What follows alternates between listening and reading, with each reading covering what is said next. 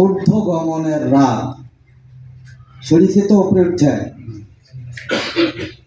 উপরে ওঠার রাত, ঊর্ধ্বগমনের রাত, এটা হলো হাদিসের পরিভাষা। মেরাজ শব্দটা কি? হাদিসে আছে, কোরআনে কিন্তু মেরাজ শব্দ নেই,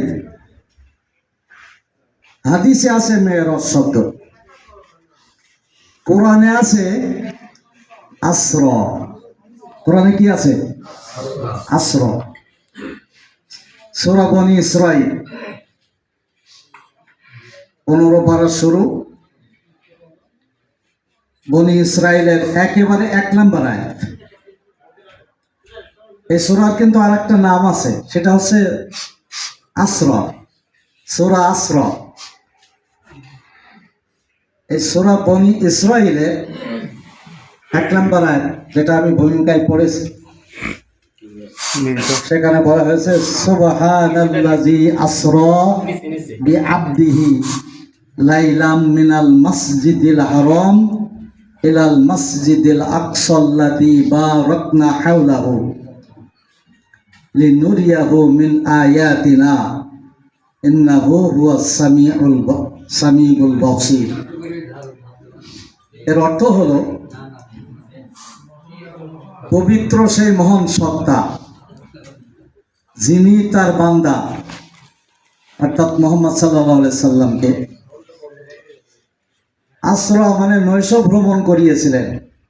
আসরা বলা হয় রাত্রিকালের ভ্রমণকে, নৈশ ভ্রমণ করিয়েছিলেন।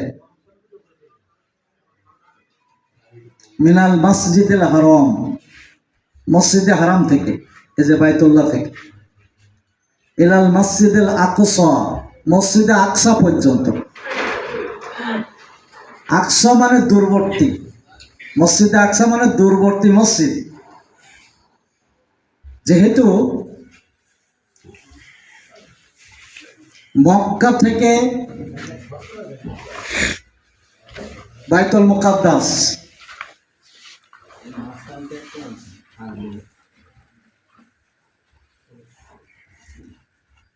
তৎকালীন যেতে 42 দিন সময় লাগত।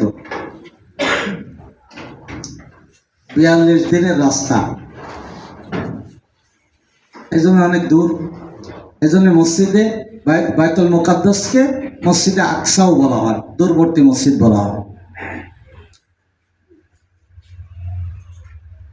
ইলাল মসজিদুল আকসা।